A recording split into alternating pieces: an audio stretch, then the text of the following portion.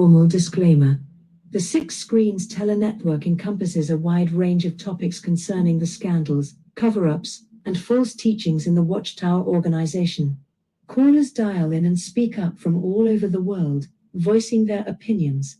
The hosts, moderators, and fellow callers may not share the same point of view. Unlike the Watchtower organization, everyone has a voice and can express their thoughts. We encourage you to talk up and share your concerns. When you speak up, you are helping many people to realize they are not the only ones who have been adversely touched by the tentacles of the Watchtower. Well, there you have it. Well, Anne-Marie, I believe you're on here with us. Hello, Anne-Marie. Hello, my brother Rick. How are things going with you and Susan this week? Well, this is just a wonderful week. I'm looking outside right now. The sun's going down. But today, the yard out here looked like some other planet with the beautiful trees, the colors. Boy, they're really bright this year. Oh, orange and yellow and red, and it's just totally amazing. So we've been enjoying that all week, and I've been looking forward to the program tonight. So you're going to be coming on here tonight, and from what I understand, you got a very good topic, and I guess it has to deal with, if you were not one of Jehovah's Witnesses, would your life have been any different? Would you have gone into a career? Would you have started a business? Would you have gone to school? And, so Anne-Marie is going to be discussing that tonight. But what you would really love is if you guys listening in here tonight could call in and let her know and the audience know, well, what would have became of your life? Would it have been better? I think for the most part, yes. Or maybe you might say no. Watchtower taught me a lot of good things that I carried through and still observe today. Maybe not their practices, but I don't have bad habits. I don't curse. So maybe there's some good things you like too. So we'd like to have Anne-Marie take the program over. Anne-Marie, I'm here if you need me. Oh, thank you, my beautiful brother. I want to welcome everyone in once again to our wonderfully blessed 6 Screen Saturday. This is the Touched by the Tentacles show, and today is October 22nd, 2022.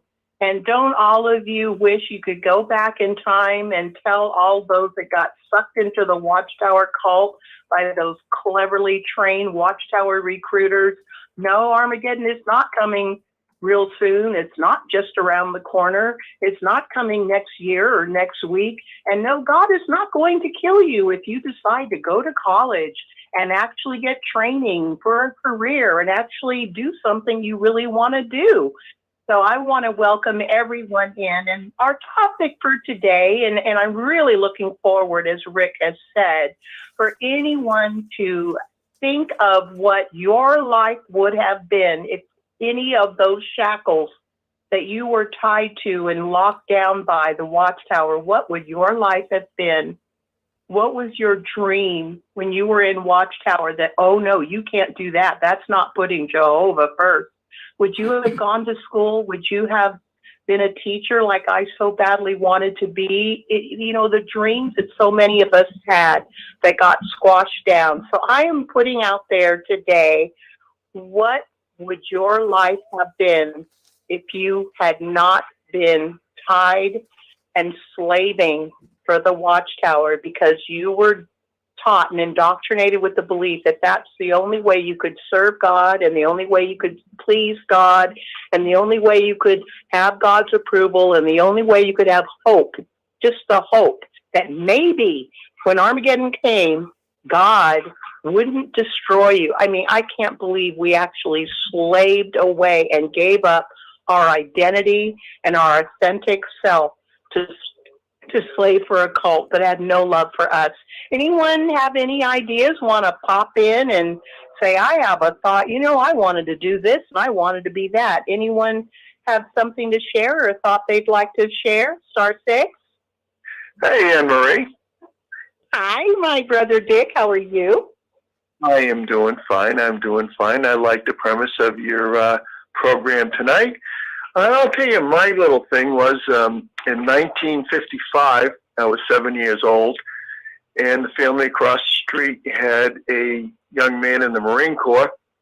And when he came back from the Korean War, he had a lot of medals, and he looked very, very impressive in those Marine Corps dress blues. And everybody wanted to shake his hand. And at church, he was a big deal. So at the age of 7, the only thing I wanted to be was a Marine Corps sergeant. I didn't want to be a baseball star, a football star, or fireman, cop, anything like that. I wanted to be a U.S. Marine. I wanted to be a sergeant. So as soon as I graduated from high school, went right into the Marine Corps, did the Marine Corps boot camp, which wasn't particularly pleasant, and, infantry training regiment, and then went off to Nam and did jungle warfare school, and did a whole bunch of military stuff. And I went through the Vietnam War and didn't get a scratch, and I had achieved what I really wanted to achieve. At age 21, I was a Marine Corps sergeant, and I was just like my neighbor was across the street. I was tall, had some medals, and people were, at least people that were positive towards the Vietnam War, which wasn't that many in those days, but the old vets would always come up and shake my hand, and I loved it. But my sister started studying with the Jehovah's Witnesses, and she convinced me, and the Jehovah's Witnesses convinced me, that they were the only true religion. They convinced me that there wouldn't be any wars anywhere in the world if everybody was a Jehovah's Witness. I bought into that. And I also bought into the fact that Armageddon was absolutely, positively, definitely no doubts about it coming in October 1975. And why would these people lie? I mean, why would they go out door to door in suits? They're not getting paid. Why were they doing that? They sincerely believed that October 1975 was going to be the day that Armageddon would start, or the month. I believed it. So when it came, I made it quite plain to my CO that I was not going to re-enlist, although they were, what? You're not re-enlisting? Nope, I'm not. I'm going to be a Jehovah's Witness. Okay. If you don't want to be a Marine, we don't want you. That was it. That was their attitude. So when it came time for discharge, I got a school card. I got out a little bit earlier, like 6 weeks earlier. And I couldn't wait to start as a Jehovah's Witness. And I think most people know my story, but had it not been for the Jehovah's Witnesses, I would have been a career Marine, possibly sergeant major, first sergeant, something like that. And I would be, would have been out of the military by 18, because that would have been 20 years. And I would have had a pension with the government. And my life would have changed. I probably would have married the girl I was going with in high school, but she said that Jehovah's Witness was a cult after studying the Truth Book halfway through and having a priest come to the house and talk to her and her family. So, the girl I went with in high school, she married somebody else. I married somebody else. And, my life course definitely had changed. I gave up a good job because I had a defense contract with it. That was something that I would have probably stayed with AFCO. We used to make fire retardant paint for the Navy. And I would probably gotten a pension from there because I really liked the job. But, all in all, I mean, there are some good things with being a Jehovah's Witness, like I quit smoking cigarettes and marijuana, and I stopped sleeping around. In those days, AIDS was prevalent. But my life would have definitely been completely different had my sister not studied with the Jehovah's Witnesses. I certainly wanted a career in the Marines, and I couldn't have it if I was going to be a Jehovah's Witness. So I hope that starts your program off. Thank you for your time, and everybody else. Well, I want to thank you so much, Dick. Before you leave, I would really appreciate if you would clarify for the audience a couple of points, because a lot of times I hear ex-members, when they're telling their story, they say, I believe this and I believe that, and we kind of skip over the why, that the Watchtower drummed it into our heads, but they also use the tools of the clever tools of mind control techniques of indoctrination and programming. They instilled in our minds to believe, as you said, the fact. We were to believe it was a fact, the four-letter F word, that Armageddon was coming no later than October of 1975. In fact, in 1970, there was a rumor going around the Watchtower community that the Watchtower higher-ups, the governing body, the faithful slave, did not believe that this system would last until 1975 because things were so bad. And they were thinking it was going to come way earlier than 1975. So there was this constant high alert feeling. And I also wanted you to clarify, if you don't mind, why you quit that job that had a contract with the Navy. You didn't just quit because this or that. Why did you quit? Yeah, good questions. First of all, I just want to comment on what you were saying about there's always stress on Jehovah's Witnesses believing that 1975 was going to come and go. They changed a lot of plans in their lives. They sold houses and so forth, and went in working where the need was great. That was certainly something that happened a lot. Your other question. We used to make a fire retardant paint. Quick history on that. They had a big fire in Boston called the Von Dome Fire. And what happened was maybe 20 firemen get killed because the steel girders warped. And when that happened, all the brick came down on all these firemen and killed them. So they invented a fire retardant paint made with asbestos and a whole bunch of chemicals. And you could put your hand in it, and you could light a match underneath it, and you wouldn't feel a flame. So the Navy bought it, so they would put it on the armaments on the ship, because if one bomb went off when it shouldn't, it would sink the whole ship, because all the armaments was around there. So they sent me to a school for learning, stuff about chemistry, and plastic technician school lasted about a year, and then so I was making really good money. And all the overtime I wanted, it was really, really a great job. But then I started realizing we didn't know why they were producing the paint. We just thought it was for contractual agreements with builders that were building high-rise buildings and so forth. But I found out later, because I could read the codes. I had been in the military. When I found out it was, one of the things they were doing was they were putting in on flash suppressors on bazookas. I said, I can't work it. It's government, it's Defense Department, it's armament. So I had to give notice, and I quit. And I was getting really good money for it. And I remember them saying, if you stay another 2 or 3 weeks, you get another week's vacation. So I can't go against Jehovah. So I quit. And that was it. So maybe that answers your second question. The other thing about when you believe something, and they say, we're not telling you this. The governing body isn't telling you this, but in essence they are. The Bible is telling you this. The Bible's never been wrong. And they give you the chronology, and they go from 607, which is the false year anyway, but they had it all mapped out, and they said 6,000 years, mankind's existence. Mankind's existence is up. Started in. Well, I'm getting a little confused here. Sorry. That those who were alive on the earth in 1914 will still be alive, or the remnant will be, but the anointed remnant will still be on the earth when Armageddon comes. And by 1975, those people would have been at least 1975 or older. So it's like a foregone conclusion. Armageddon is absolutely coming in 1975, but it didn't.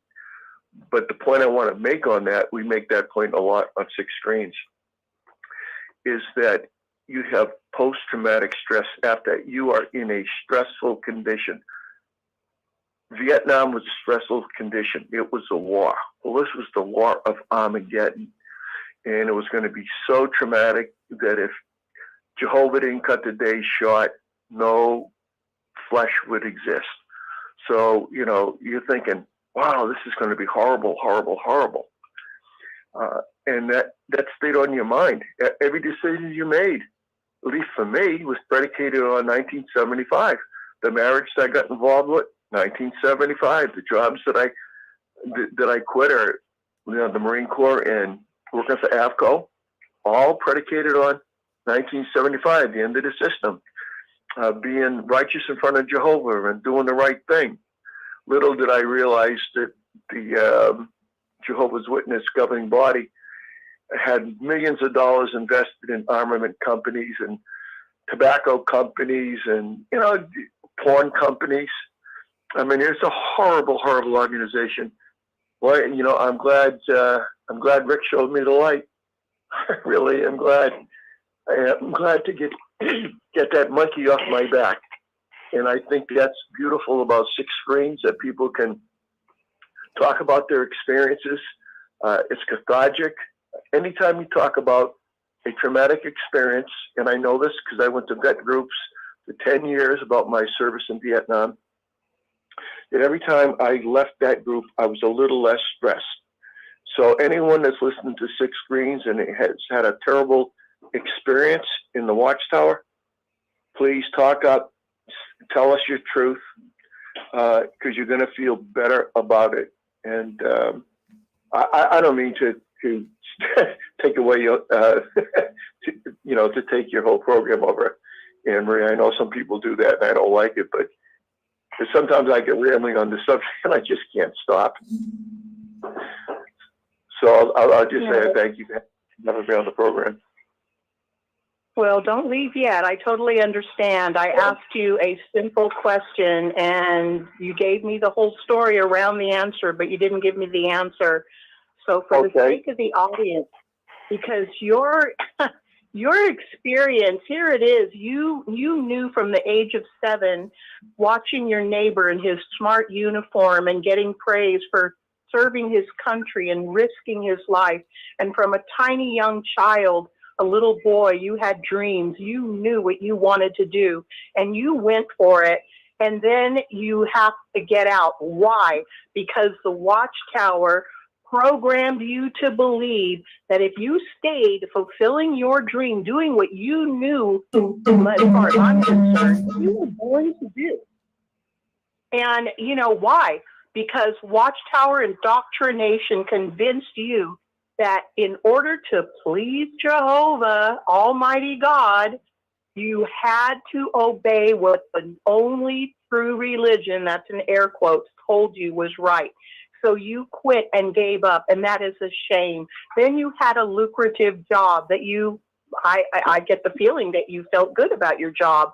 But it wasn't just that, oh, gee, I had to leave. It was your quote-unquote Watchtower trained conscience that made you believe that in order to please Jehovah, you had to leave that job. Is that not true or not? That's exactly true. You hit the nail right on the head. So, in crucial points of your life, Dick, and you are only one example, but I think your example is well worth really looking at. Your dream, your childhood dream, and the process of fulfilling that dream and what you could have become. And I'm sure you would have been, whatever you said. I don't know the rank order, but I know you could have been. I think you know you could have been. Watchtower took it away from you. How? Because they had taken over your mind and made you believe in your heart. And they will always say, well, we never told him he had to leave the military. No, they made your brain believe, if I don't leave the military, I'm going to be making myself an enemy of Jehovah, and I'll die at Armageddon, because then I'll be serving Satan if I don't leave. Number one. Number two, you gave up a lucrative job where you could have had a great pension and blah, blah, blah. Why? Again, Watchtower trained your mind to think a certain way, which made you feel you had to leave this job. Oh my God. And the third example, the love of your life that you felt you could not remain with because Watchtower indoctrination. Yes, am I right? No, am I wrong? You're 100% right on target. Wow, Rick, You're you know, right. I think of that's terrible what you went through. And I thank you for being willing to stay on and to clarify that, because I'm always cognizant of the hundreds, I believe in my heart, of witnesses who are walking away, many who are waking up in the Watchtower, many who are beginning to wake up, the PIMQs, physically in, but mentally they're beginning to question, because nobody goes in the Watchtower from being a complete, total mental believer to now they totally are out mentally. No, there's an in-between stage. I think it's called a segue, where they're like, wait a minute, they can't swallow those doubts and concerns anymore. They have questions and they are troubled because they're not allowed to ask the answers to those questions. They're PIMQs, physically in, mentally questioning. And I don't know about you, but most witnesses who have left went through that stage. And many who are listening to your story, Dick, don't understand half of what you're saying. And they don't understand the can of worms that you referred to about 1975 and 6,000 years. They don't know what you're talking about. So to refresh the situation, I think, is crucial, because most Jehovah's Witnesses, most faithful Watchtowerites, have been told for the last 20 years that the whole 1975 fiasco was just some witnesses who kind of ran away with their own belief system or their own rumors. It wasn't Watchtower. They're liars. They're liars.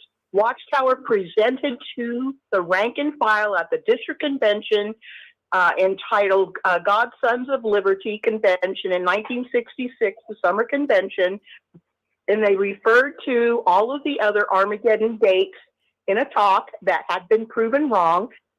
And the brother giving the talk said they were all wrong because they were not properly based upon Bible chronology. And he went on about how the he said the faithful slave. He went on about how the faithful slave didn't want to make another mistake. He went on about how they came together and they prayed and they dug into the scriptures. And they really dug into all the reference books that they had at the library at Bethel, because they didn't want to make another mistake. Boo-hoo, on and on. And we're all sitting in the audience like, yeah. And he held up this book, Life Everlasting and Freedom of the Sons of God. And he said, and I can assure you, brothers, that this time we've got it right. And he said, in this book, in the first chapter, you will find a 5-page Bible chronological chart proving,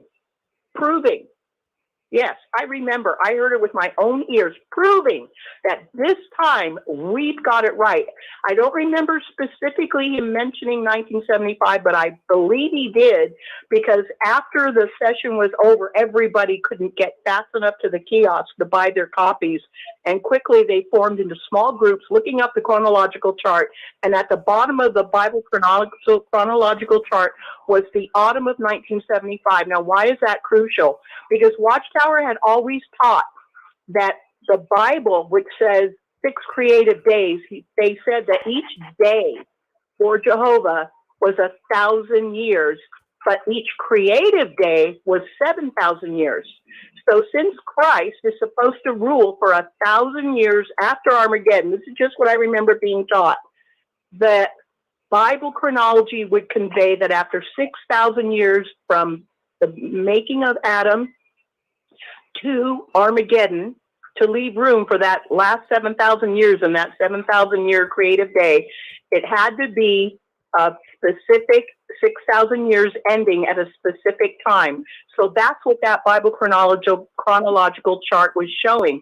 All the significant things happening leading to, quote unquote, Armageddon, autumn of 1975. When you mentioned 607 BCE, that was just one little glitch that they used to, let's just say, solidify their chronological charting. that supposedly Jerusalem was destroyed in 607 BCE. If anybody wants to get out any encyclopedia, which I finally did only about 2 years ago, it never occurred to me to look it up.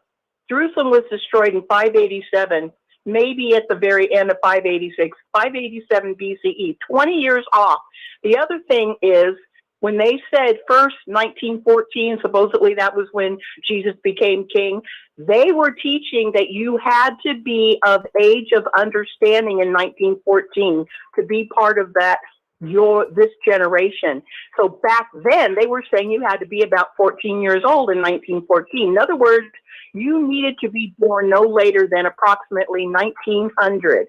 Hello, 1900. And we all know that as the years went by, they kept lowering the quote unquote age of understanding until it came to be, well, as long as you were born in 1914, then it was around 19. They kept kind of upping the ante and stretching, when you could have been born, so that, because it said, this generation will by no means pass away. Of course, now we know they've made it into an overlapping generation. But here's the thing. I'm sorry, go ahead. I think someone else was trying to say something before me. I don't know. I'm sorry, go ahead.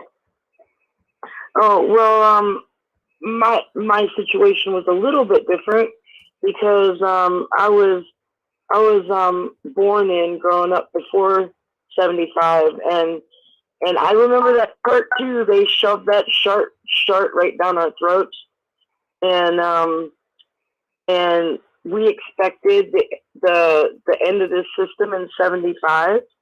And I remember I was 10 years old. I was sitting looking out the window, and I'm like, okay, this is the end of 1975. What's going to happen, because tomorrow's going to be 1976. And, I was waiting to see what anybody would say, because 75 was supposed to be it. And after 75 ended, I remember everyone saying, oh, well, we could be off by a couple of months, so we can expect it anytime. And then it was, any time now. And now I think the saying has morphed into just around the corner or something like that, But it never did come. But what happened to me was I was raised isolated basically from society, didn't really know how the real world worked.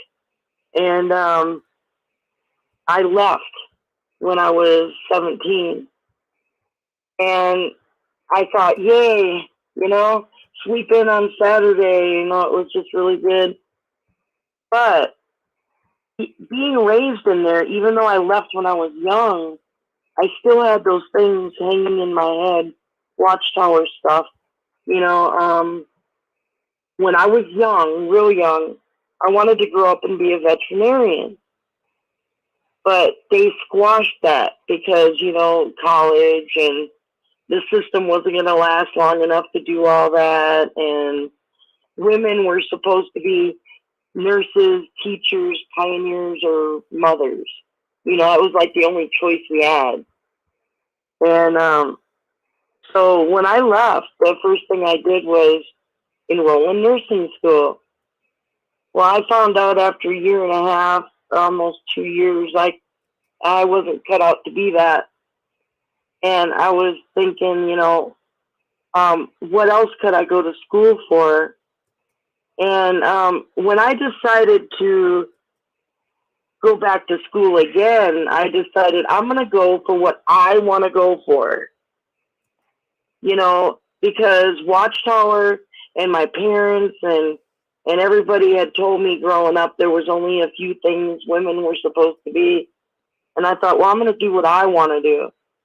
And the day after I enrolled in school again, I remember thinking I was finally free from Watchtower Gook in my head. And this was 15 years after I left, that I finally found the strength inside me to dismiss those Watchtower teachings that I was taught and go on with my life as a free person, you know, because I wasn't enslaved to that Watchtower thinking anymore. And I was pretty happy with that. I discovered, and I like to say a lot, that everyone that's been a slave is who really understands what freedom is. And when you're finally free from Watchtower, you realize what a slave you were to those beliefs and ideas and all that stuff, and then you can truly be free. And it took a long time. You know, it's a process with everybody, you know, but I would have been somebody totally different if it wasn't for Watchtower. I wouldn't have done what I did in my life. I would have gone to college, and I would have been a veterinarian and, you know, been actually probably pretty happy. But yeah, they crushed that in me right away. And it took me years to get that junk out of my head. But I know some of these people talk, and they were in for a long time, you know, and I know it's harder, I think, for people to start over when they're older and have spent so many years in there. You know, I feel for them. I know it's got to be quite the battle. I'll shut up. Talk to y'all later. Yeah, please don't ever feel that anybody wants you to shut up. Please don't feel that. I just took a mental note of you saying it took you 16 years after you left Watchtower to actually enroll yourself in school. And to me, that's just another indication of just how powerful Watchtower's mind control indoctrination techniques are. Because you knew what you wanted to do. You knew what you wanted to be. I am sure you would have been a wonderful vet. I love my vet. I've had the same vet for 40 years. There is something very special about somebody like you who truly wants to put themselves through the schooling it takes to know how to take care of creatures. Because if you want to be a doctor, you only have to worry about the human body. But when you're going to be a veterinarian, you have to not only learn about every kind of dog, but every kind of cat and ferrets and birds and God knows what. You have to probably be one of the smartest, most skilled people on the earth. And you were willing to do that. And I'm so sorry that this horrible cult, like you said, I'm sorry, what did you say? They crush your dreams? They squashed it. They squashed it. Yeah. I'm so sorry. Oh my goodness. That's okay though. I lived a good life. I was happy in what I did. Being a free person is a wonderful thing. You know, when you're not enslaved by someone else's ideas, and you can do what you want and think what you want and read what you want and watch what you want, and you know, you don't have to worry about what other people have to say about it, because see, we have a conscience.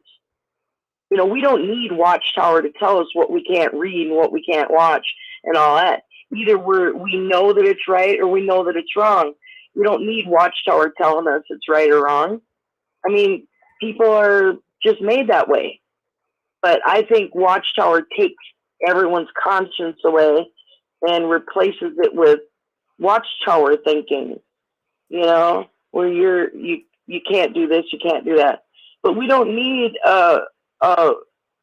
entity in New York to tell us whether we should or we shouldn't read this book or watch that movie. If we think it's not a good movie to watch, we don't watch it. If we don't think it's a good book to read, we don't read it. I mean, we don't need them telling us that. It's so stupid. You know, it just floors me how, you know, we were so manipulated. You lose your freedom to think for yourself, you know, and people are capable of doing that. You are capable of picking your own friends. You are capable of worshiping God if you want without them. You don't need them to worship God or not. You know, what in the world? You know? Right. But yeah, what really got me when you were saying earlier, you know, about that chart, you know, it was like I grew up on that chart. I mean, we ate and drank and slept that chart.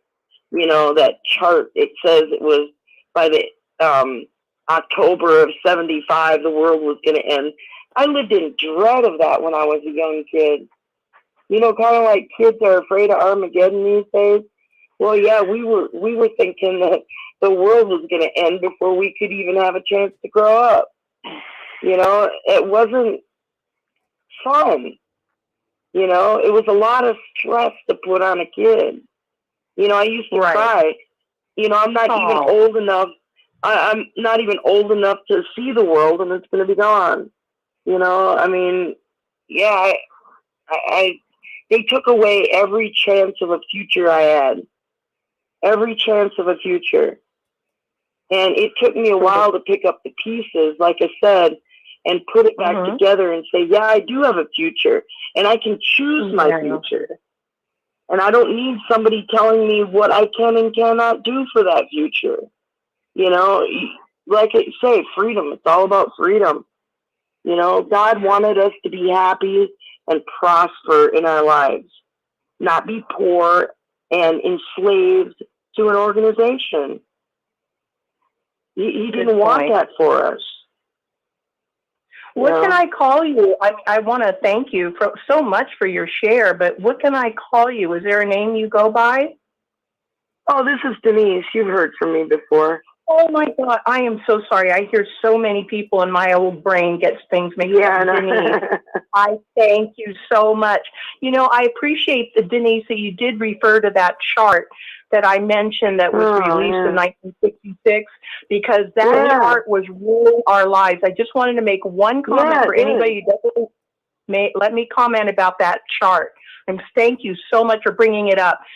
I don't know if you've heard of Kim and Mikey on YouTube, but Kim did a little video where she brought out that chart that was in the 1966 release, Life Everlasting and the Freedom of Sons of God. That Bible chronological chart in the first chapter of that book supposedly, quote unquote, was proof that Armageddon was coming no later than 1975 in the autumn, and that the faithful slave had dug into the scriptures, prayed and prayed for guidance, dug through all the reference books in the library at Bethel, right?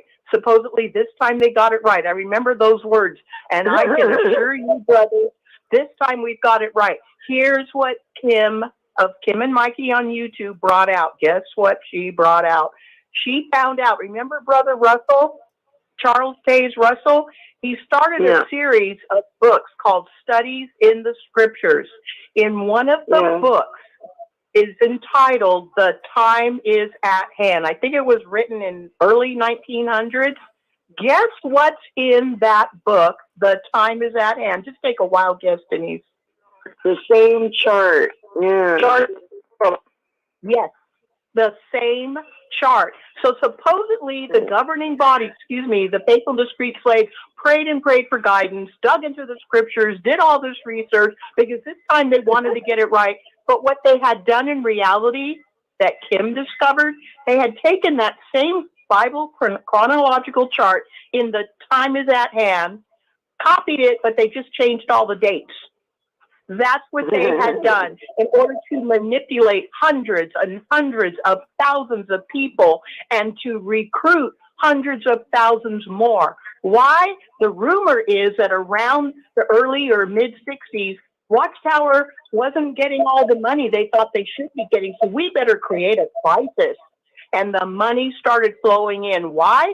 Dick referred to it. People were selling their homes, cashing in their pensions, cashing in their life insurance policies, digging out their savings and going into the pioneer work. And they were sending money to the Watchtower, where all the brothers were getting poorer because, I better be pioneering. So when Armageddon comes, I'm found to be serving Jehovah with my whole heart and soul. So while they're telling you that it's a fine way to spend the few remaining months, and I believe that was, May 1974 Kingdom Ministry, Rick would know. They were buying up prime New York real estate with cash. And it was good price, and it was easy to get that real estate then. Yeah, they're not just a publishing company. They are a huge real estate conglomerate. They are amazing. Denise, I wanted to thank you so much. Did you have another thought you wanted to add before we see if there's someone else that wants to speak? No, go ahead. I think there was somebody else out there who wanted to say something there. It's really inspired by your story of wanting to be a veterinarian. I hope you're enjoying all God's creatures, great and small, in your daily life. And I got dogs, cats, and chickens. Chickens too. That's neat. I'm a bird person. Yeah, I got chickens. Neat. Well, thank you, Pixie. Again, I really enjoyed the comment today. All right, well, talk to y'all later. So is there anyone that maybe when they were in Watchtower that they had aspirations maybe to sing or to be a teacher or a lawyer or I don't know, anything that Watchtower kind of frowned upon because the old excuse, you have to put Jehovah first. Well, that's not putting Jehovah first. Well, you can't be investing in Satan's organization. You know, because supposedly wanting to go to college, at least what I heard in 1966, 67, 68, 69, that if you wanted to go to college, that was making a choice to invest in Satan's world. And even parents who were faithful Jehovah's Witnesses, if they had children who wanted to go to college, they were shunned. They were openly shunned. It was called being marked as being unfaithful because you didn't do a proper job of being a spiritual parent because your kid wants to go to college. That just shows that you weren't a proper spiritual parent. And it was horrible to see, even if these parents told their kids, no, you shouldn't go to college. You should serve Jehovah. You should go to Bethel. You should go where the need is great. And if the kid says, no, Mom, I have a scholarship. I want to go to college. Even if the parents said no and were against it, they still were marked. And remember, I think it was the May 22nd Awake of 1969, where Watchtower printed in those pages that young people have to face the fact that there is no time to get an education and get a career and do this because this old system will be long gone or close to being gone. And I remember standing in the convention, the summer convention in 1969, looking at that awake because somebody shoved it in my face because I said I wanted to be a teacher. You can't be a teacher. What are you talking about? Armageddon is coming like any time now. And I read those words in the awake like, oh my God, I have to face the fact that I'm never going to grow up, that I'm never going to go to school. I have a 6th grade education. You know what? Sometimes I think if I had an education, I'd be dangerous. Because I wasn't allowed.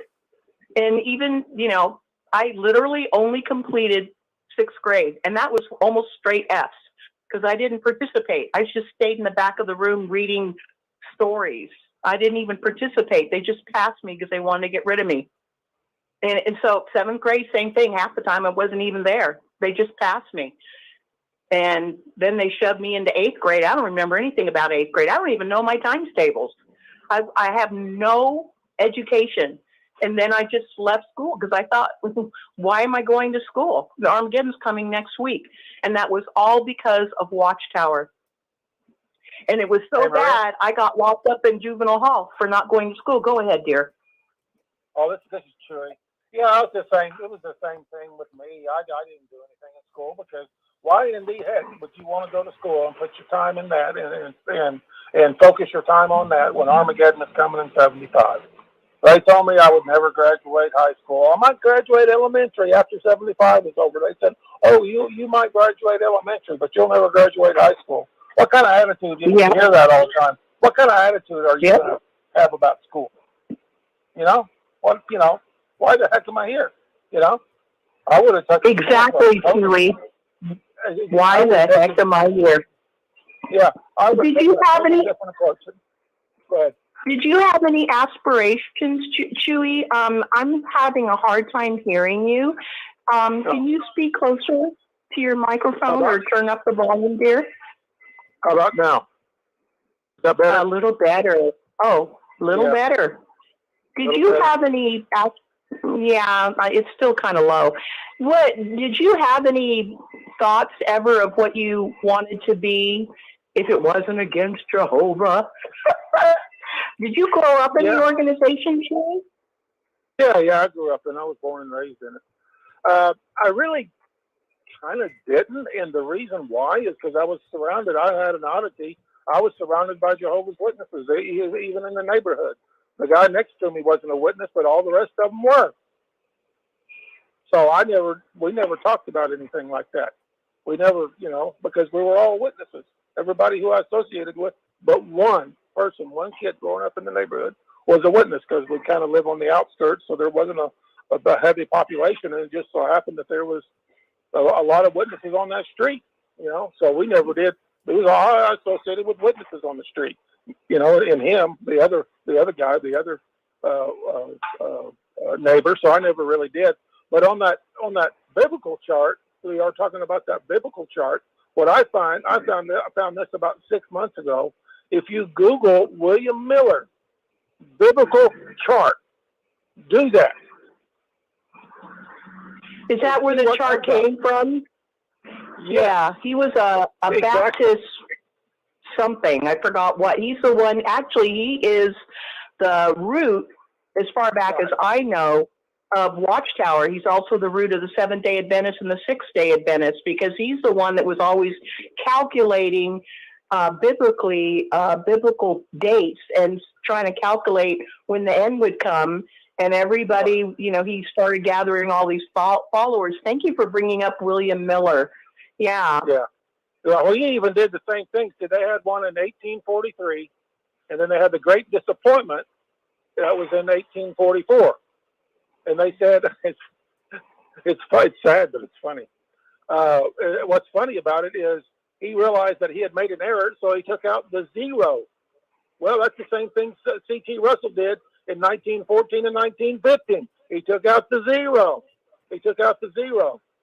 And then it allowed him to change it to 1915. And then I found another clip on 75. I knew it was out there, and I finally found it. But I got it on. I want to put it on Facebook here in about 2 weeks. Is a talk by Frederick Franz where he actually states, I got it on my phone right now. He actually states the end is going to come September the 5th of this year, 1975. And he's given that at a big regional convention or a district convention way back in 75. And he said that September 5th is going to be it. Okay, so do you remember who said that? Because we need to clarify for the audience who may not really know what you're talking about. Brother Frederick Franz, Crazy Freddy, who actually was at the heart of at least two, let's just say, beliefs. Okay? He said to the audience at a huge district convention in the summer, and I believe, I don't know if it was 1975, but he said at least 3 times in his talk, it's going to end at sundown, September 5th. He actually named the date. Yes. And I will say this. I will put this out there, because I'm going to put it on my Facebook. And if anybody wants a copy of it, email me at Freethinker, just like it sounds, Free Thinker, THINKER, however you spell it. I may be spelling it wrong, but it's Freethinker 2014 at yahoo.com, and I will send you that copy of that video, and they can put it on. If there's TMOs out there, I will send you more than one, and it has no commentary on it. All it is a voice clip with his picture on the front of it, and I will send you a copy of that, and I get hits on that stuff every day. I get views. It keeps going on. My original one that I put on was back in April. It's got close to 900 views on it, and it gets 5 or 6 every day. 5 or 6. So, anyway. Okay, so if anybody wants that clip, Great Disappointment. There's a video on YouTube called The Great Disappointment, and it's historic, it's kind of quaint, and it's kind of interesting because the people that went up on that mountain in 18 whatever they felt the same kind of disappointment as many people who've left other religions. It's kind of a neat little video called The Great Disappointment. Yeah, they got a clip in there. I think that's the one. I think mine was on 7-Day Adventist, and they had a dude on there who was putting up a revival tent for William Miller. He was putting on a revival tent for William Miller in Pennsylvania. Interesting, it started in Pennsylvania. It's where C.T. Russell started. Anyway, Yes. And they had a guy come by. He says, "You're not putting those fence posts down deep enough. You got to put them down below the frost line." You know what he said? He said, "Oh, Christ is going to be here before the next frost." Right. Dewey? Yeah. Yeah, since you're from Oklahoma, you might appreciate this. You and Anne Marie both made me think of this. My mother-in-law was in Guthrie, Oklahoma, and the presiding elder there, his name was Harvey Lawrence. When she was planting some peach trees, he just scoffed at her. He said, "Those trees will never produce fruit. Armageddon will be here before then." Well, that house that she lived in is no longer standing there. The trees were still there. I haven't been up there lately. They're probably gone by now. Harvey Lawrence, that elder, he's passed away. The only one that's not passed away was Harvey's son, the infamous serial pedophile from McAllister, Oklahoma, named Ronald Lawrence. He's still living. Armageddon didn't get here, but the pedophiles are still going.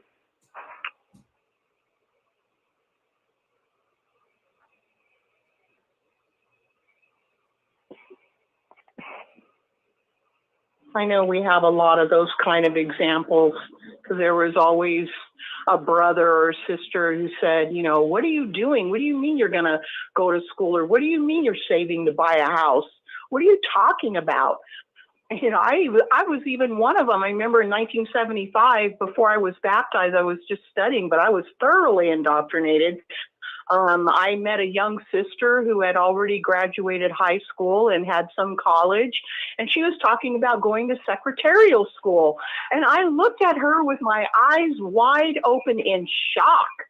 And I said, "What are you talking about?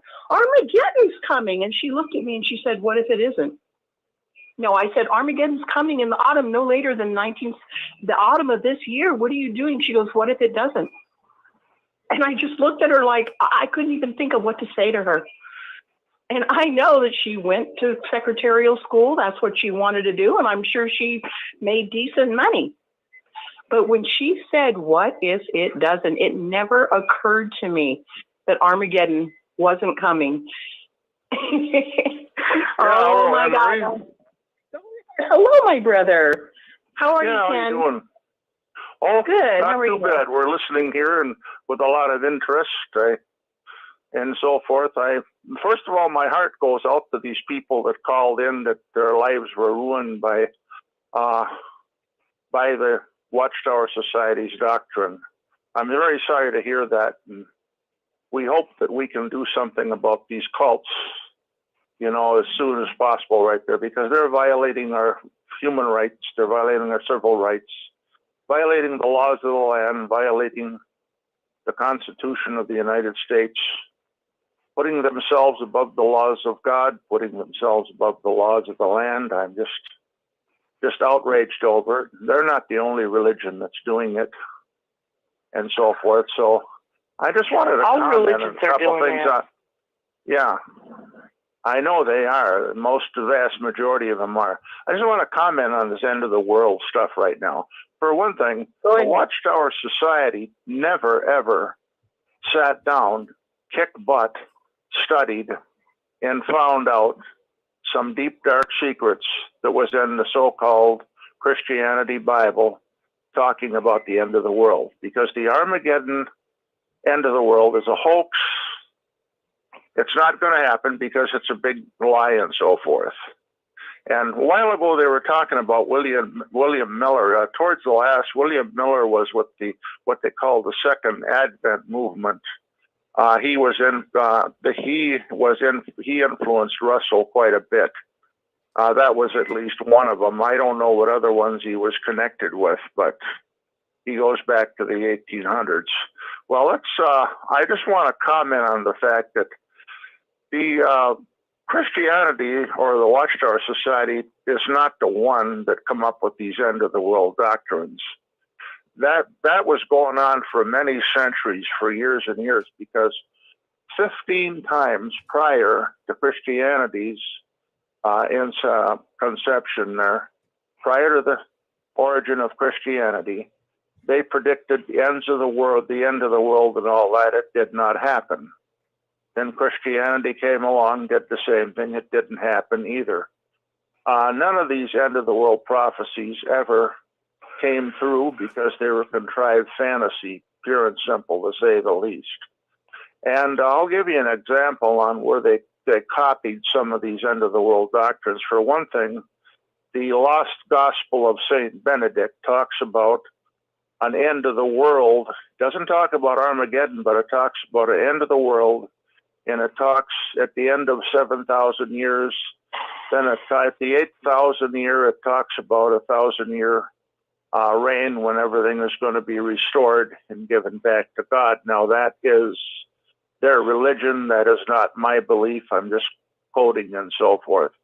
And another thing that's interesting too, that a lot of people probably don't know about it. We've had it on 6 screens here a while back, but in the 70s, and you better be on your chair for this one if you haven't heard it before, but in the 70s, the Watchtower Society from the 70s, even in 1975 and 76 and everything like that, was buying up property left and right to the tune of millions and millions of dollars that nobody knew about back then.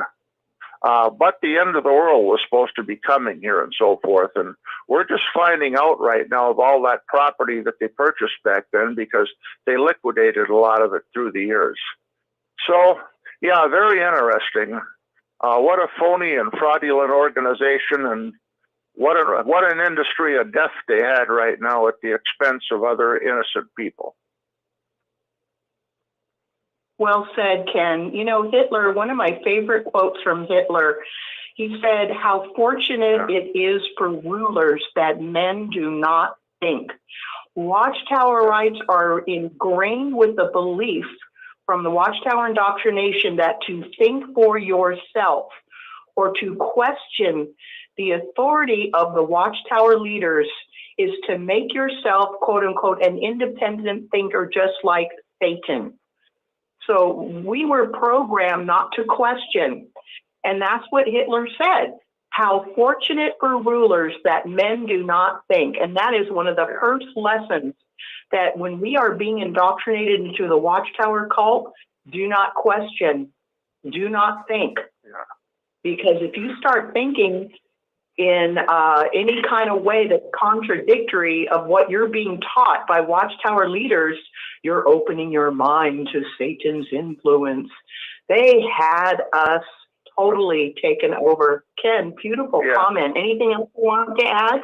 Oh, yeah, I just wanted to let you know there, too, a comment on some of this nonsense about them telling you not to get an education. You remember these old sayings. Number one is, you're never too old to learn. That's number one. And number two, it's never too late to get an education. And number three, life is a continuing education. So Watchtower Society, your attitude about not getting an education just to stand still and dumbing yourself down, why don't you just go and take a hike if you're listening?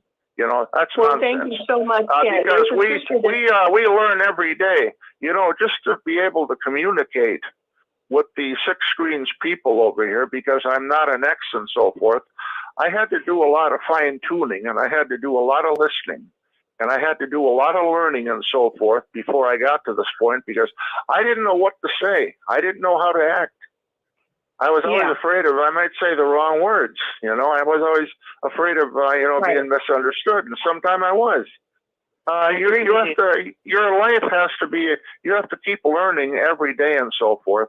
As far as Watchtower Society, any of these bums these clowns over there that's on that e-board, is any one of them dumbing themselves down or not getting an education. No, they're very educated for themselves, and they're narrow-minded, corrupt, mentality. Thank you, Ken. There's a sister who's been trying to speak up. Can we let her talk now? Please, caller, go ahead, please. Thank you. Hi. Just to inform you, I was born after the 75 thing. I'm thankful I didn't live through that. I was thinking about a philosophy quote from Voltaire saying that if God existed, man would not have to invent him. That's another thing to think about. I'm sorry, I'm not real clear. Voltaire said if there is a God, we wouldn't have to invent him. I'm so sorry. Man would not have invented him if God existed. This is a quote from Voltaire, French Enlightenment thinkers. Okay, interesting comment. Okay. So did you end up leaving Watchtower voluntarily, or were you raised to believe in the Watchtower belief system? I kind of grew up in and around the truth, so to speak. Very little else, actually. I didn't. If I had an education, I would have done make history documentary videos and all of that. Do history stuff. Yeah, history is my game. We're all born with something, aren't we? Yeah. There are traces. So what's your name? What can I call you, dear? I want to say thank you, but I don't know what to call you. Madam X? I'm trying to be anonymous, so. Well, pick a name. Pick a name. Kim, Sharon, Miss Dove, Snow White. You addressed me as God before. As God before? Guy. Okay. G-O-Y. Because as God I'm actually before? male. Oh, I am so sorry. Oh, I get that a lot. I am so sorry, dear. As Guy before? I get that a lot, Emery. I apologize, dear. Don't feel bad. There are a lot of women that I think are men, I am so sorry. I don't mean to be disrespectful in any way. I get that a lot. Okay. I'm sorry, Emery. Don't be sorry. Please don't. We're all at where we're at. And I appreciate that you take the time to call in and be vulnerable and to speak from your heart. I think that's so important. Is there anything else you wanted to say, dear?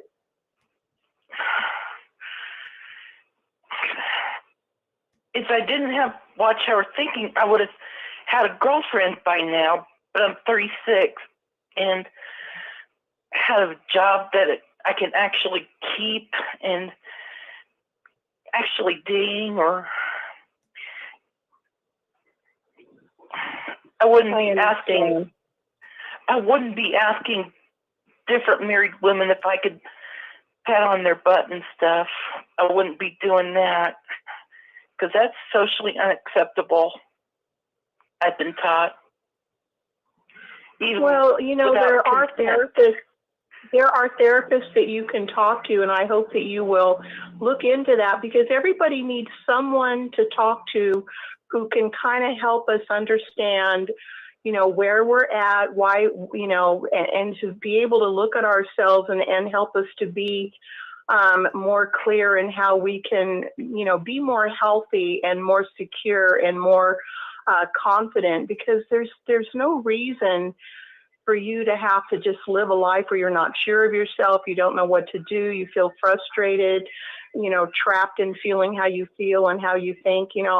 I don't know about you, but I didn't even know I needed therapy until I actually started playing around with therapists. And then finally I found one that I felt comfortable with. And I stayed with her for, I don't know, maybe 2 years. And I'll never forget one time we were sitting there in her office, and she said, you know, Anne Marie, you've really come a long way. And I hadn't felt that I had come a long way from what? What did she mean? And she said, you're not complaining all the time. You're not staying in your victim role. And I'm like, what? I didn't know I stayed. I had no clue, but you know, it really, really helped me. And I'm just throwing it out there, Guy, because you know, I hear in my heart how you feel. I can't articulate it, but I can hear it. And it almost makes me cry. And I don't want you to be unhappy or unsure of yourself. Okay? So we consider that. The reason why I turned to you all is because I understand how you feel. I know how you feel because I turned to you all because you all understand what I understand. Now I live in a group and I care for people who aren't witnesses, mind you, but it's little else to do. I used to have friends in the sign language circuit, but I don't anymore because those people prefer Bethelites. Bethelites in the RTO, Fort Lauderdale branch. Remember I was talking about that? Okay. Another thing, back in the 80s, I was born in 86, so we couldn't even go to Brooklyn, Bethel, or Wallkill because the air quality back then was so bad that I would have health problems. My trachea would shut down and stuff, and my mom prayed to Jehovah for the best doctors around, and here I am, alive and well and telling stories, so to speak. Well, we're glad for your stories, and we're glad you're here, Guy. Yeah, you and I, we really need to keep in contact frequently. Well, I look forward to every Saturday, and I'm happy for your contact, and I'm happy for your comments. Do you have a pirate festival where you live? You said you're a history pal. You might find some really nice friends at a Ren Fair or a pirate festival that might have your history interests in common. I do have Pinterest, first and foremost. Mm-hmm. Mm-hmm. Well, that's good. Because there's history pals out there that like costumes and some sex parties, and you might have more of a social life than you know if you could meet some history pals. Another thing is the Halloween part. If it weren't for Watchtower.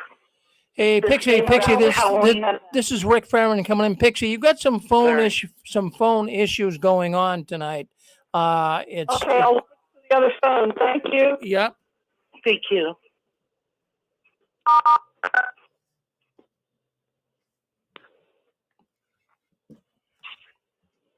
I wanted to thank you for coming in. Is there anything else you wanted to add to that, or what do you think about maybe looking for a therapist if that's possible for you?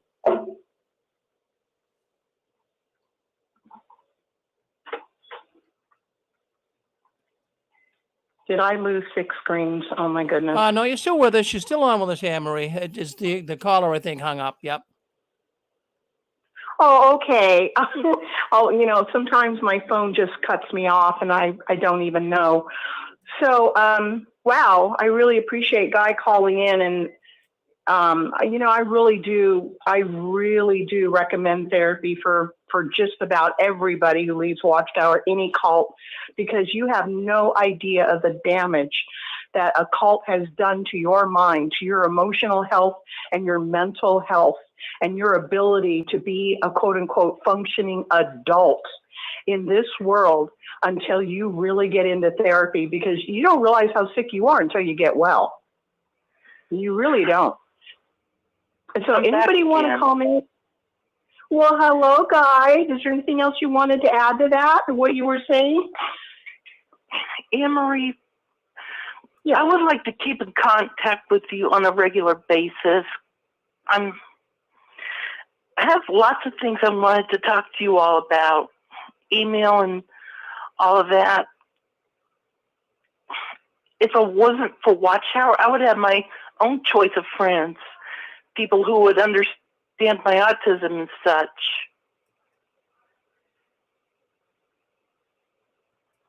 Well, you know, Guy, I hear what you're saying. I want you to know that.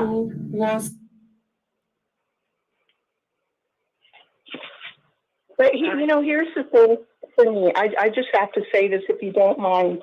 You know, it's kind of like being raised by abusive parents or whatever. Terrible things happen to you. They definitely affect you and hurt you and damage you and leave scars and such. But there comes a time when, you know, you can make your own choices. I don't really blame my parents. It's not their fault. They're as much as the victims as everyone else. It was just an example, Guy. I'm not blaming your parents. I was just saying as an example, what happens to us in the cult or whatever is not happening to you today. But if you are living the effects and saying Watchtower did this to me or it's because of Watchtower, then it's like you have not taken back your power. And if you don't know how to take back your power, this is why I am such an advocate for therapy. And I don't mean like, you know, that's why I hate to say the word counselor. You know, it's almost like you sit in front of somebody who's going to tell you what's wrong with you. It's not that at all. It's having somebody who is well trained, who can listen to your story, listen to how you describe how you feel, what you've been through, you know, your fears, your frustration, your aspirations, whatever. And they get a feeling of, oh, okay, I get this. And then they help you see what they see, and then they help you very gently to be able to look at what they see without guilt or shame or fear or even resentment or like, oh no, that's not me, oh no, you've got it wrong, you know, just to help you to see in a safe place. And it may take a while, but I can just tell you, not only from my own experience, but from the experience of many that I have read their story or heard their testimony of how they benefited so much from therapy. Because if I hadn't had therapy, I would still be the unsure, insecure, afraid to think for myself, feeling like I was always wrong, feeling like everybody was smarter than me, feeling like I couldn't do anything right. I was a mess. I was an absolute mess. And if I hadn't been like that, I'd still be the same way. Excuse me? Oh, Anne-Marie, I'm so sorry to hear about what happened. So I'm sorry, I don't even know what you're talking about, dear. To what are you referring? You said that you were a mess about all this. Okay. Well, let's not worry about that. You know what? Don't worry. We are really running short on time. So is there anything else you wanted? No, honey, please don't apologize. That's one thing that I did all the time too. I was always apologizing. I almost never apologize anymore. Don't worry about it. You're commenting, and I appreciate that. But I am cognizant of the time. And Rick does have JW World News coming up. So I just want to know, do you have any... Anne-Marie, would you be willing to visit me? No, I would not. I don't visit anybody. No, it's not. Taking things personally is another one.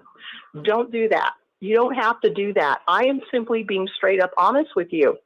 And there's nothing wrong with that. You need to hear it without judgment and without feeling somehow it has to do with you and that you're wrong. I have health issues to where I have almost no strength. And I almost am never on the phone. I have a 91-year-old mother who lives by herself, who could be dead at any minute, and I never call her. It's not because I don't love her. It's because I just don't have the energy. If I have any energy to do anything, I'm going to take a shower. I'm going to do the dishes. I'm going to try to do a load of laundry. I am not very well, so I just don't have the energy. But you call in and you do what you can. Don't take it personally. please stop apologizing, because that just reinforces you're not feeling secure. That's not good. You have the right to feel what you feel and to think what you think, okay? And if you think maybe you have it wrong, ask. Is it me? No, it's not you, guys. Not you at all. Not at all. Okay? Because I'm not going to lie to you and say, oh, yeah, sure. No, I'm not going to do that. I never even get on Facebook. I haven't been on Facebook in 2 months because I don't have the strength to deal with all the people that want to comment or ask me questions or want to be my friend. It's not that I don't love everybody. I just don't have it anymore. My situation health-wise has really gone bad. So I'm lucky I can do this, once every 2 weeks. Okay, guys, is there anything else you wanted to add? And I need to ask if there's anybody else that's been waiting who wants to comment, because I have no idea. Is there a way I can call you directly? Just you? No, did I not just explain myself? You got a good point. Myself? You got a good point. Guys, let me say it. Let me respond. You asked me if you could be in contact. I just explained why I have to say no. You ask if you can call me. Please. I don't call my mother-in-law. I don't call my mother. I don't call my sister. And they have all been on the brink of death. And I have not called them. I call when I can, which I'm like, I can only talk 2 minutes. No, it's not you. I am just not able to take one tiny bit of what little energy I might have at any given time to give to somebody when maybe I need to talk to my husband or take my dog out. I'm not kidding. It's that bad, please. Anybody else like Pixie? Woo, I don't know if she can, do that, but that girl is awesome. Awesome. Also, you can maybe talk to Apostababe. I don't know. I'm not referring you. I'm just saying I can't do it. Okay? But I support you. I hear you. I believe in you. I want the best for you guys, but I'm being honest. I can't do what I can't do, and I'm not going to lie to you and say I can, or I'll try, because I know I can't. Okay? I appreciate that. Well, I appreciate your hearing me out, my dear. I do, very much. Okay? Is there anybody else that wants to comment, because we are pretty much out of time? All right. Hey, Anne-Marie. Hi, Anne-Marie, go ahead, my dear. Yeah, just a quick thought. Just a very quick thought. I was just really blown away when you said you've only completed 6 years of education. I would have guessed you for a PhD, a therapist, and I just want you to know that I, for one, really appreciate you doing your due diligence to do your homework for these. Being on 6 screens, I know I've been on it, and if you don't do your homework and don't do your research, you can really have a lousy program. And your programs are outstanding. You are outstanding. I am sorry for your medical conditions. I hope that there's a light at the end of the tunnel for you, but I got to tell you, for one, I really, really appreciate you. Thank you. And I only said what I said because I don't want Guy to feel that it's somehow him. It's not. I'm lucky if I can call Rick once a week, and I just do it to check in. And I know I'm not going to be on the phone for long unless, Rick is just talking about 6 screens or what's going on or, something like that I always love listening to you. But I don't know. And I haven't done any research or anything. I used to do a lot of research. I used to write articles. I used to be a phone counselor for anybody who needed secret help. I used to do a lot. But I've gotten to the point where I barely can hold my eyes open because I just don't have it anymore. But the 6 screens is the last I have, and I am grateful to Rick that he gives me this opportunity because I love my brothers and sisters. I love you, Dick. I love Rick. I love Susan. I love Guy. I have so much love in my heart for Pixie and Denise and Ken and Randy and Thomas, and every one of our 6 Screens family is so precious to me. And I pray every single Saturday and Sunday that I have a show that the Lord will give me the clarity and the strength to speak to my brothers and sisters, because it's only for an hour and a half. And no matter what I feel like before or after, that matters so much to me. I'm sorry, I didn't mean to go on. I know we're probably out of time already. Anne Marie? Rick, how are we doing? Yes, go ahead, dear. Yeah, this is Ken calling. I'm sorry, what's your name, sweetie? Ken. K-E-N. Can you hear me well? K-E-N. K-E-N? Oh, Ken. Yes. Oh, hi, sweetie. Yes. How are you? Yes. Oh, I'm doing well. Thank you. How you? Well, I know how you doing. Yeah, I wanted to say. What was that again? I said, but my heart is happy. Yes, My heart is happy. I can hear that. Yeah. I can sense that. I can very much sense that. Aww. I was a witness for 34 years. Oh, my Lord. And I served at Walk Hill nearly 2 years at Walk Hill, Bethel. And I have a whole different take on the 34 years of being a Jehovah's Witness. Because, I was raised up in the hood, and I had a lot of feelings inside of me, but I was very selfish. I was very shy. I was fearful, timid. A butterfly could scare me. That's the way I was raised, So imagine being like that and raised in the projects, in the hood, so I was bullied I was bullied a lot. So, but I wasn't a Jehovah's Witness. I didn't become a Jehovah's Witness until I was 18 years old. Oh, my goodness. Yes, let me tell you why I have a different take on this. Okay. I was, in my high school, middle school, high school, people treated me, hey, there goes such and such. They treated me like a star. I played sports. You know how all that goes. Because of... I'm sorry. They treated you like what, dear? They treated, a lot of people looked up to me because I played sports. Basketball, football, ran track. So, a lot of people looked up to me. But they didn't know. But they didn't know I still had all these feelings inside of me, like a lot of this fear and insecurity. They didn't know that. I covered it over. I covered it over. Mm-hmm. When I became a Jehovah's Witness, I received so much opposition and prejudice and hatred within the organization that it forced me to be courageous. All the fear and shyness that I had with deep down within me,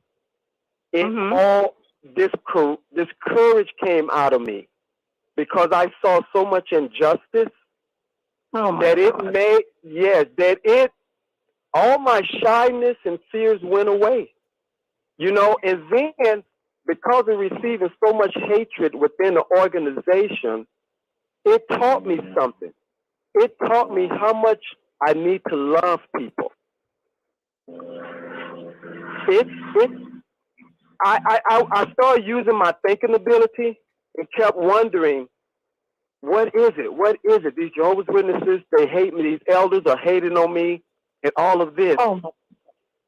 But it taught me how much I need to love people. In fact, when I was receiving so much hatred in the organization, I told myself, I'm going to focus on those elderly ones or whoever is sitting down by themselves. When I walk into the kingdom hall, I'm going to show them love to try to distract the hatred that was coming toward me from the elders.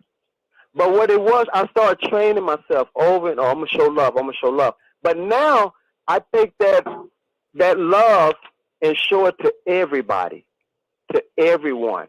So Jehovah's Witnesses, because of that, the animosity that I got from them, it forced me to train my emotions, my mentality, my All the abuse that I see when I was little, it's like all that training from Jehovah's Witnesses, because of their opposition, it seems like it's just, all of that just went away, the fears. And now, so I love people so much now that I got so much happiness now. And it was all because of the hatred I received. It opened my eyes to see that, wow, a person who's being hated, this is how you feel. This, when you are a victim, of prejudice, of insults, it made me think and say, this is how it feels to be a victim. So when I would see other people out in the world who were victims, who were abused, who were molested, and all of that, I had a heart for them. Finally, I finally had a heart for them due to the way Jehovah's Witnesses made me be a victim. You are one amazing dude, my brother. You are freaking amazing. You remind me of Maya Angelou when she was talking about basically being a victim and rising above. I know that's not the exact content of her poem, but I always love the idea of no matter what people have done to you, how they've treated you, whatever, you can rise above. You can choose to rise above. And you are amazing. I love your testimony. It just amazes me how I always heard when I was in the organization as a child growing up, and then I went back. I left and then I went back. How, this is Jehovah's organization. We're all brothers and sisters, and we don't have racism and prejudice in our organization, and we don't have bullshit. They are the most, oh my goodness. Dude, seriously. And you say you grew up in the hood and dude, I grew up in the projects of San Francisco.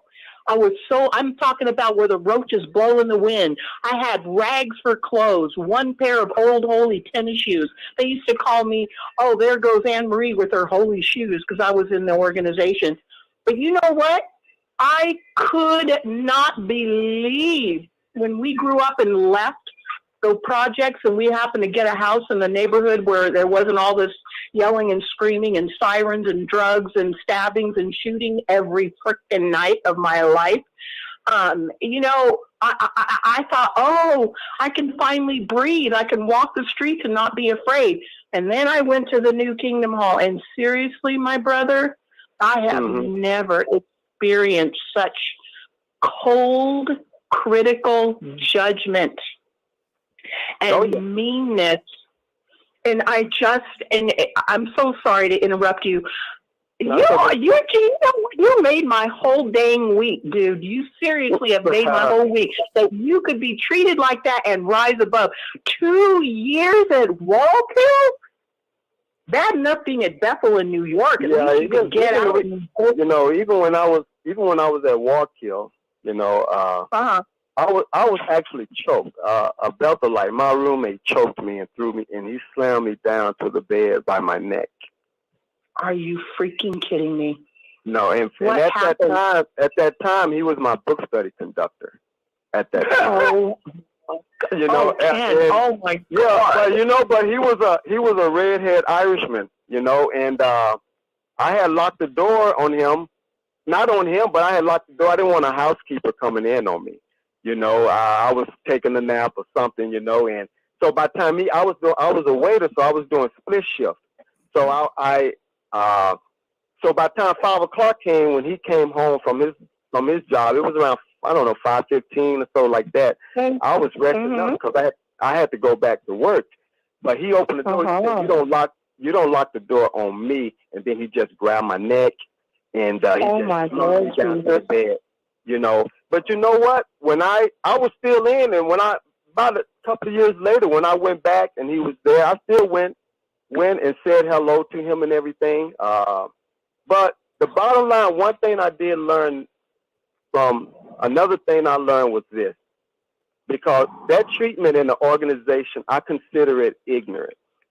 I consider persons in the organization that treat you in such a demeaning way. I said they are expressing their ignorance. So this is what I told myself: you have the freedom. You have the freedom to express or show your ignorance. I have the freedom to ignore your ignorance. I have the freedom to do that. Once I start ignoring their ignorance and then directing my attention to those who will accept my love, because a lot of us like to be accepted. We don't like to be rejected. So I would direct my love to those who would accept me, even if they didn't. I would find out, sooner or later. And so I started noticing just the regular plain old witnesses were accepting my love, and that love was coming back on me. So that gave me enough courage now to go to the elders and give them a handshake and say, "How you doing, brother?" Without feeling any fear, without feeling like that little boy I used to be when I was so timid. So that love helped me to overcome all of that. But now I show that love to the homeless, to people who are in need, every day. I can show that love every day, and then the source of love from above, I receive that love from him because I'm more concerned about others now. You are amazing that you would have the sense and the intelligence and the character and the love to realize that you could not only rise above, but that you had a choice, that you did not have to act or feel a certain way because these, I want to say the A word, Rick, jerks, but that you made that choice. And you all know what I mean, but I'm not supposed to say bad words on Rick's show. But you know what, Ken? I am so happy you called in, because when we realize it's true, it's ignorance, and do you not see, and I know you do with a grin on your face, that the truly ignorant, it equals their arrogance, and the arrogance equals their ignorance. Yes. Thank you for that. That is so true. Ken, have you ever called in? Hi, Linda. I'll wait. Go ahead, Linda. Oh. Okay. Hi, Ken. Good to meet you. I'm calling in because of the gentleman guy who was talking with you earlier, and if you don't mind, I want to share a little thing about me and you. We met because of Six Screens, and we do have each other's number in our phones. But when I asked you if I could friend request you on Facebook, you told me straight up, no. No.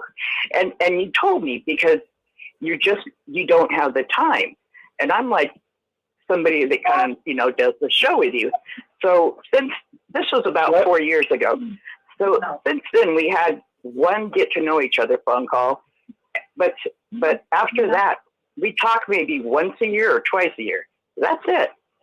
And it usually has to do with a show. So it's like, we're not hanging out buddies. Because it's like you told me straight up at that time that you really didn't have time for that. And so also I wanted to let Guy know. Sure. I also wanted to let Guy know that since you're a gentleman, if you could, I think it was a good thing that you asked Anne-Marie if she can, be your friend, and if you can be in touch. I want to encourage you to try to get to know a gentleman, because then you're going to get better understanding, especially, that whole, we can't just touch a lady's butt because it's socially unacceptable. I think a gentleman might understand you, and it's very good to have another gentleman in your life, so that's just what I wanted. I wanted to just encourage a guy to seek a gentleman and to not feel like he was the only one that has had to hear no from you, because I've had to hear it too. But you were honest, and I appreciated that. Oh, thank you so much, Apostle Babe. I admire you. And you know what? I used to have your number, but all of my contacts were lost when my phone burned up. The battery exploded. So honestly, I don't have your number. And I a little tiny acknowledgement of the character that I really appreciate about you, Linda, is that when I had an issue with you and I called you and you were busy and you said, I'll call you back in 10, 15 minutes, and you did, and you heard me out and you listened, and I really appreciated that, because I'm sorry, but there are a lot of people that are so stuck on their whatever that they don't really listen to what somebody is trying to say. And I have never forgotten that. And I have so much admiration for you. And the other thing is, I used to be able to sit up all night if there were people like Chris talking and different ones that needed to talk and be listened to, and Zach. And there came a time I just couldn't do it anymore. I've gotten so bad health-wise. And when Rick told me that you were, there, and you have been so consistent. And I'm so grateful to you, because you're doing what I was willing to do, but I can't do, and you keep doing it. I was wondering, did you have any comment on what Ken brought out? I'm like blown away. This brother, yeah, that was Ken, are you quite still surprising. There? Quite surprising how he flipped it around. He flipped the script, and it is very Maya Angelou. Very Maya Angelou. Thank you. Did it make you think of that one too? Oh, thank you. Because I love Maya Angelou. Yeah, and she basically, I love her poems because to me, she talks about, it's not where you've been, it's not how you grew up, it's not how you were treated or what people did to you.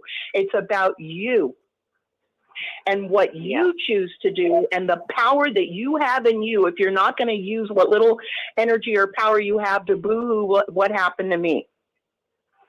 And I don't mean that in a mean way, like I don't care what sadness you went through or how you were abused or what emotional pain you're in. I'm just saying I don't choose to stay there.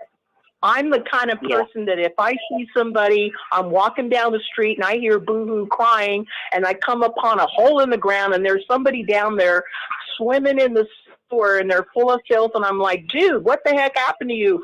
I'll listen to your sad story one time.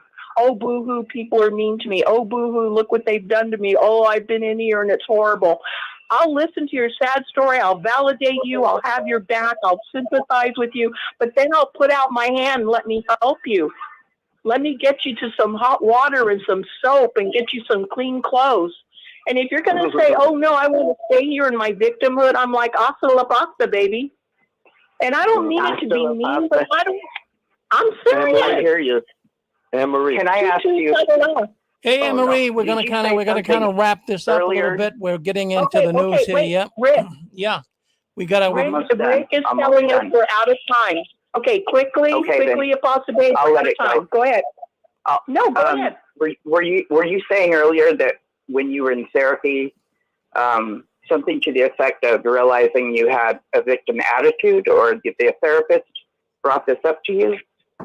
Yeah, my therapist explained to me, because I didn't know what she meant by "you've come a long way, Anne-Marie," because I've been through a lot of stuff that I just don't want to ever repeat. But she said that I used to spend a lot of time being in my victimhood, and I didn't know that. I was not aware of it. So anyway, we need to go. We are really leading into Rick's time. Thank you. I want to thank everyone. Apostle Babe. I want to thank Dick, Denise, Pixie. I want to thank Chewy, Randy, especially hello, Ken, and our other brother, Ken. And we want to thank Guy. And just thank you all for participating. Rick, thank you so much for giving us so much time. And let's go to JW World News. Well, thank you, Anne-Marie. No, I kept you on because we have an unusual amount of people listening into the program tonight. You did a really, really good job. They're connecting with this program, Touched by the Tentacles of the Watchtower. Good job, Anne-Marie. We appreciate your efforts and all the time you spend on the program. So we do thank you. Well, friends, we've got numerous programs still coming up tonight. You don't want to miss anything here tonight. We've got JW World News. That's coming up next. And then, of course, we got so many stories we're going to be talking about tonight.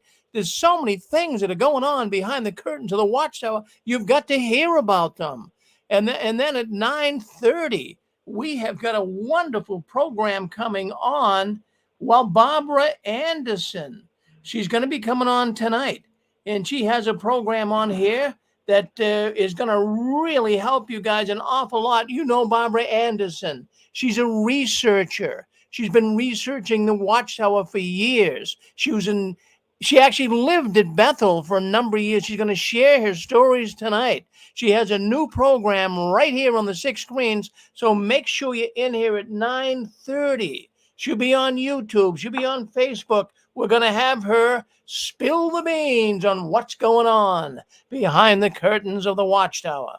And then at 11 o'clock, if you can't sleep and you're pacing the floor, we have Apostle Babe. Apostle Babe's your favorite apostate. She'll be on at 11 o'clock tonight, and she burns the midnight oil here on the 6 screens. So stay with us. We're going to end this broadcast, and we'll be back on. So come back in just a few minutes, and we'll be back on again with JW World News. So thank you very much for coming into Anne Marie's program tonight.